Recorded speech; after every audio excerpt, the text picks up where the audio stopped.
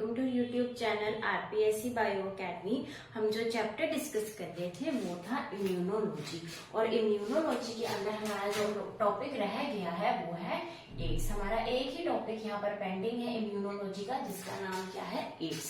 सबसे पहले हम एड्स की फुल फॉर्म लिखेंगे। एड्स की फुल फॉर्म है एक्वायर्ड इम्यूनो डेफिशिएंसी सिंड्रोम।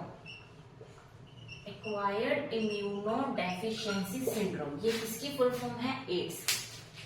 हम अगर इसका नाम पढ़ें, हम इसके नाम से इसका मतलब समझ में आ जाएगा।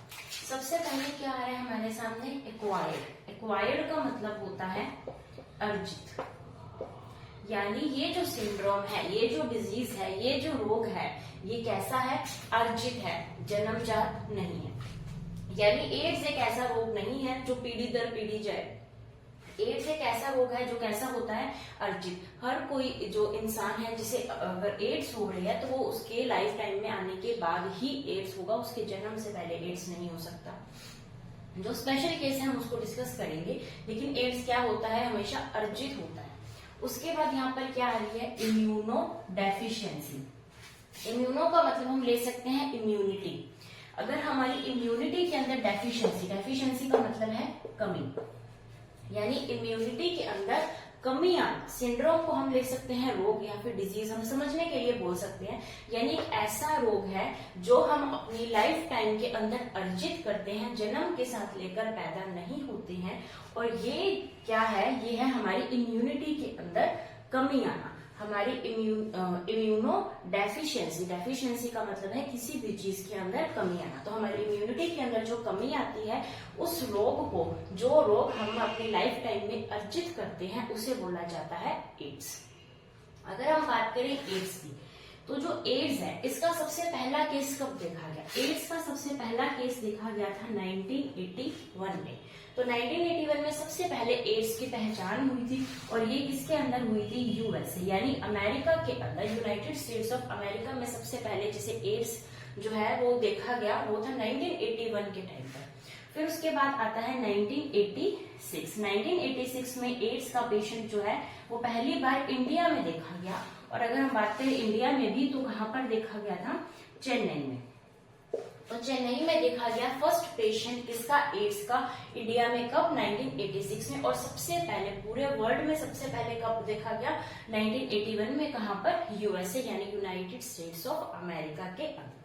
तो ये हमने देखा एड्स होता क्या है, हमने एड्स की फुल फॉर्म देखी, एड्स नाम को समझा, ठीक है। उसके बाद हमने देखा कि एड्स जो है वो सबसे पहले कहाँ कहाँ आया। अब हम इससे आगे चलते हैं।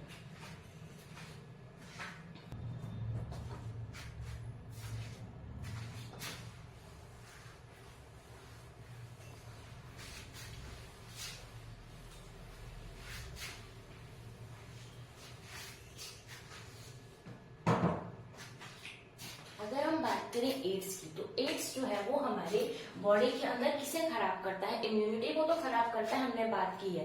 लेकिन इम्यूनिटी की डेफिशिएंसी करने के लिए ये कौन सी चीजों को डिस्ट्रॉय करेगा, तो एड्स जो है वो हमारी बॉडी के अंदर helper T cell and macrophages को डिस्ट्रॉय करता है। Helper T cell and macrophages को डिस्ट्रॉय किया जाता है किसके द्वारा, एड्स के द्वारा। हेल्पर टी सेल की अगर हम बात करें तो इसे हम पढ़ चुके हैं, हमने जब पढ़े थे टी लिम्फोसाइट्स, हमने जब टी लिम्फोसाइट्स पढ़े थे उसके अंदर हमने टी सेल्स या टी लिम्फोसाइट्स के 3 पार्ट्स पढ़े थे। एक हमने पढ़ा था टी हेल्पर सेल, एक हमने पढ़ा था टी किलर सेल, एक हमने पढ़ा था टी सुप्रेसर सेल।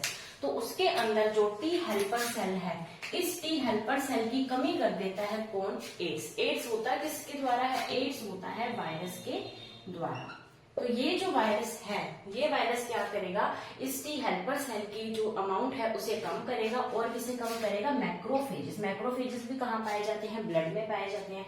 तो इन मैक्रोफेजेस को और इन टी हेल्पर सेल्स की अमाउंट को कम करेगा, कैसे, इसको डिस्ट्रॉय करके। तो ये जो है वायरस, ये वायरस इन सेल के अंदर जाएगा, इन सेल को डिस्ट्रॉय करेगा और नए वायरसेस को बनाएगा। तो टी सेल और मैक्रोफेजेस, यानी मैक्रोफेजेस और हेल्पर टी सेल को क्या बोला जाता है, factory of HIV virus. HIV virus क्या है, तो फैक्ट्री है, या हम क्या कह सकते हैं, एड्स का भी बोल सकते हैं, क्योंकि आखिरकार इसने करना क्या है, कॉज, एड्स ही कॉज करना है। तो अगर इसकी फैक्ट्री पूछी जाए तो इसकी फैक्ट्री कौन है, helper T cells and macrophages. क्योंकि ये जो वायरस है, क्योंकि हम अभी पढ़ने वाले हैं HIV को भी अच्छे से पढ़ेंगे, इसकी जो है कंप्लीट हम स्ट्रक्चर भी बनाएंगे। तो अगर हम बात करें HIV की, तो HIV को फैक्ट्री क्यों कहा जाता है, helper T cell and macrophages को, क्योंकि सबसे पहले यहाँ पर ये इन दोनों के अंदर जाएगा। हमारी बॉडी के अंदर जो है ये HIV वायरस है, ये कहाँ जाएगा, हमारी बॉडी में एंटर करते ही या तो टी हेल्पर सेल्स के पास भी जाएगा, मैक्रोफेजेस के पास भी जाएगा। इन दोनों सेल्स को डिस्ट्रॉय करके इनके अंदर और क्या बनाएगा, HIV बनाएगा, और ये HIV फिर हमारी पूरी बॉडी में ब्लड के थ्रू फैल जाएंगे। तो ज्यादा से ज्यादा HIV बनाने का काम या तो हेल्पर टी सेल करते हैं या फिर मैक्रोफेजेस करते हैं, इसलिए इन्हें क्या बोला जाता है, फैक्ट्री कहा जाता है। अब हम बात करते हैं वायरस की। वायरस हम जो कॉमनली पढ़ते हैं, हम कॉमनली वायरस पढ़ते हैं HIV। HIV का फुल फॉर्म है human immuno deficiency virus.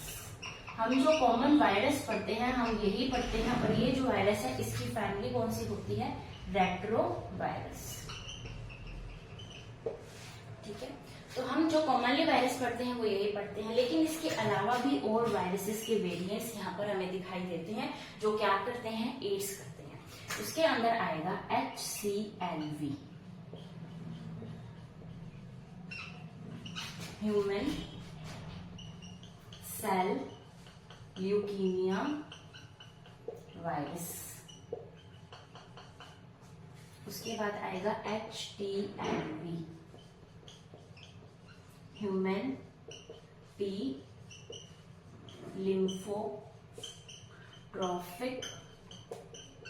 Virus.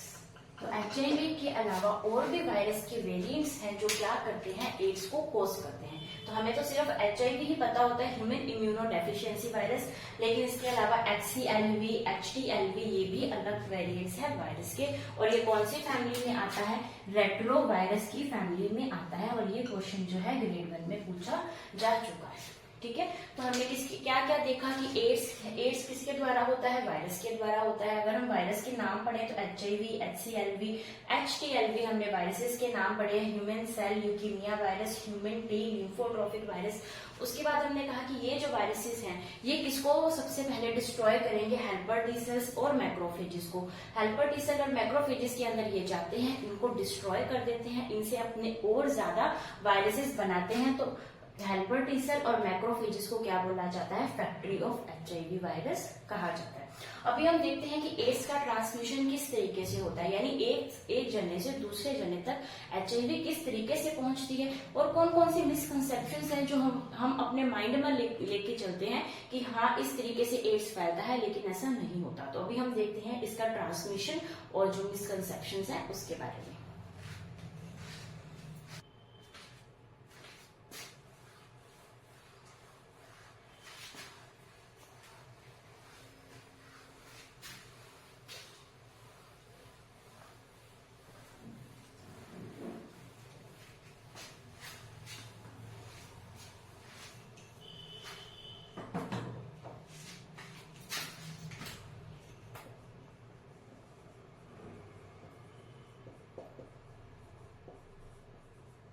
Transmission का मतलब है स्थानांतरण, एक जगह से एक इंसान से दूसरे इंसान में कैसे एड्स जो है वो ट्रांसफर होता है, हम इसके बारे में बात करते हैं। इसके लिए सबसे पहला रूट आता है सेक्सुअल रूट।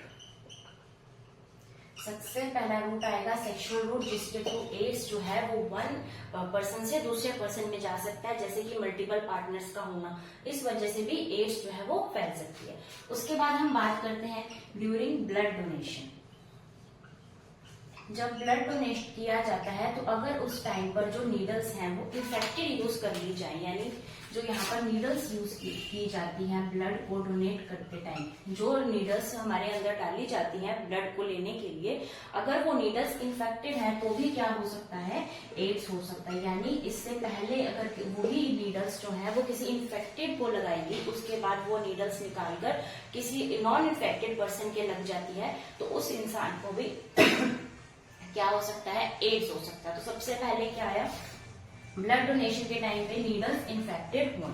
उसके अलावा जो रेजर्स हैं, रेजर्स भी कैसे, इन्फेक्टेड। अगर इन्फेक्टेड रेजर्स की हम बात करें, सैलून वगैरह में जाते हैं, वहां पर रेजर्स यूज किए जाते हैं, एक रेजर को दूसरे पर भी यूज किया जाता है बिना उसको सही किए, बिना उसको साफ किए। तो वहां पर अगर वो भी इन्फेक्टेड पर्सन के यूज हो जाए और उसके बाद वो दूसरे पर्सन के यूज हो जो कि नॉन इन्फेक्टेड है, अगर वही रेजर वापस यूज कर लिया जाए तो उस पर्सन को भी एड्स हो सकता है।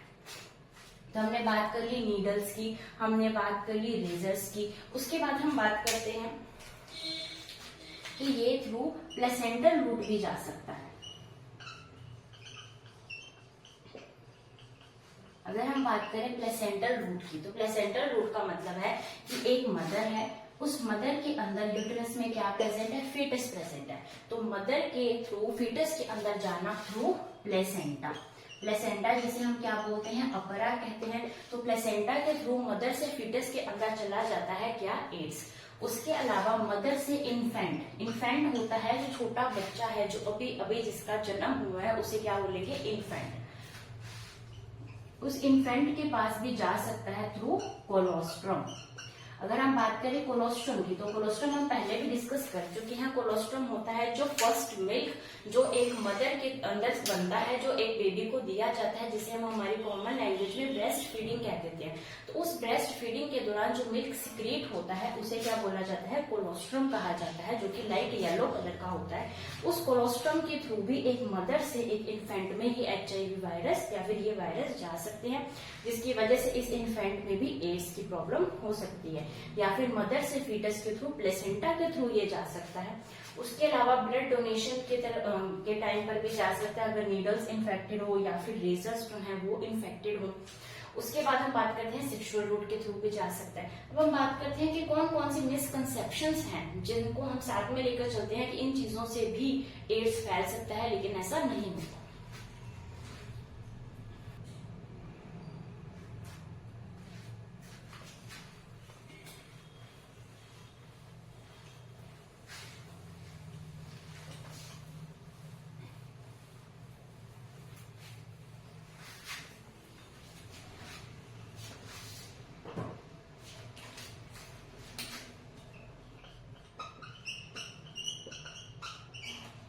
अभी हम क्या बात कर रहे हैं, मिसकंसेप्शंस के बारे में।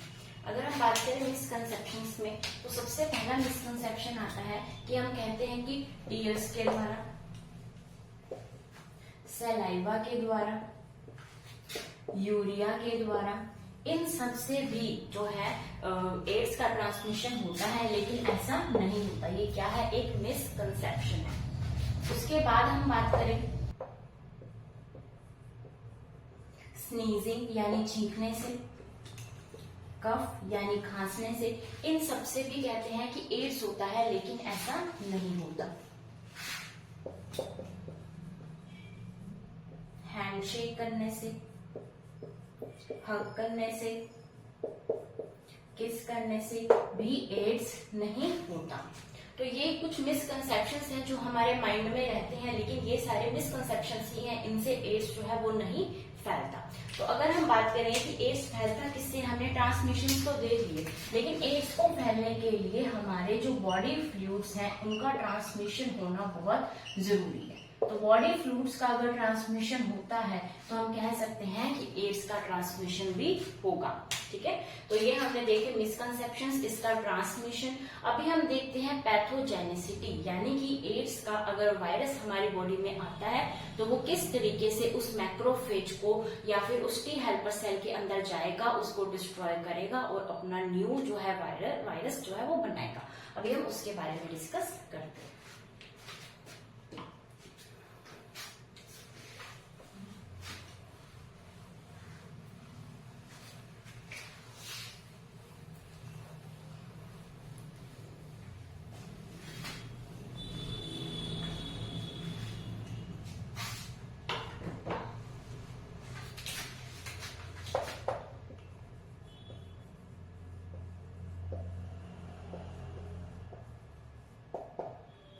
क्या बात करेंगे हम पैथोजेनिसिटी के बारे में। तो हम सबसे पहले एक वायरस बनाते हैं। ये है वायरस। इस वायरस के अंदर ये क्या है, आरएनए, और ये आरएनए कैसा है, इन्फेक्टेड है, क्योंकि अगर हम इसको एचआईवी मान के चले तो ये आरएनए है जो कि क्या कर सकता है, एड्स को कर सकता है। अब ये जो आरएनए है ये हमारी बॉडी के अंदर आ गया, किसी भी रूप से हमारी बॉडी के अंदर आ गया। अगर हम बात करें बॉडी के अंदर आके, तो सबसे पहले ये हमारी बॉडी के सेल के कांटेक्ट में आएगा। और कौन से सेल के कांटेक्ट में आएगा ये हम डिस्कस कर चुके हैं। तो ये सेल जो होंगे या तो ये होंगे मैक्रोफेज या फिर ये होंगे टी हेल्पर सेल्स। तो मैक्रोफेज या टी हेल्पर सेल्स के बाद सबसे पहले ये आएगा। अगर इन दोनों में से भी हमें चूज करना पड़े तो हम टी हेल्पर सेल को चूज करेंगे, ठीक है। तो इसके बाद ये इसके अंदर आएगा। इसके अंदर जो है इसका सिर्फ और सिर्फ आरएनए ही आएगा। इसका जेनेटिक मटेरियल यानी सिर्फ आरएनए ही इस सेल के अंदर जो है एंटर करेगा। इसका ये जो ऊपर वाला कोट है ये इसके अंदर एंटर नहीं करेगा। अब ये जो यहाँ पर आया है ये यहाँ पर करेगा रेप्लिकेट, और रेप्लिकेट कर कर ये जो आरएनए है ये कन्वर्ट हो जाएगा डीएनए के अंदर। ये आरएनए क्या बन जाएगा, डीएनए के अंदर। ये क्या बन चुका है, डीएनए। ये क्या था, आरएनए। तो आरएनए का डीएनए में कन्वर्जन होता है, उसके लिए जो एंजाइम की जरूरत होती है वो होता है रिवर्स ट्रांसक्रिप्टेज। रिवर्स ट्रांसक्रिप्टेज ये क्या है, एक एंजाइम है। इस एंजाइम की हेल्प से जो मैक्रोफेज और टी हेल्पर सेल में यहाँ से वायरस का जो आरएनए आया है ये आरएनए डीएनए के अंदर कन्वर्ट हो जाएगा। अब ये जो डीएनए है ये डीएनए कहाँ जाएगा, इस सेल का जो जीनोम है, इस सेल का जो जीनोम कह लो या फिर इस सेल का जो डीएनए है, ये इस सेल का क्या है, डीएनए है। इसके डीएनए के साथ ये डीएनए क्या हो जाएगा, जुड़ जाएगा, जिसे हम क्या बोलते हैं, इनकॉर्पोरेशन बोलते हैं। क्या बोलेंगे, इनकॉर्पोरेशन। तो यहाँ पर क्या हो चुका है, इनकॉर्पोरेशन। किसके अंदर, जो हमारे अंदर टी हेल्पर सेल या फिर मैक्रोफेज है उसके डीएनए या फिर उसके जीनोम का ये क्या है, डीएनए है। किसका, होस्ट का, किसका, हमारा।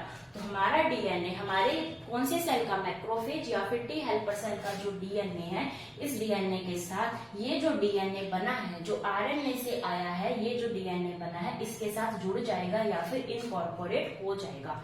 अब यहाँ पर ये जो इनकॉर्पोरेशन हुई है इसके बाद यहाँ पर क्या होगा, इसके बाद यहाँ पर इसको ये डिस्ट्रॉय करेगा, और इसको डिस्ट्रॉय करने के बाद यहाँ पर क्या बन जाएगा, वापस से नया आरएनए बन जाएगा।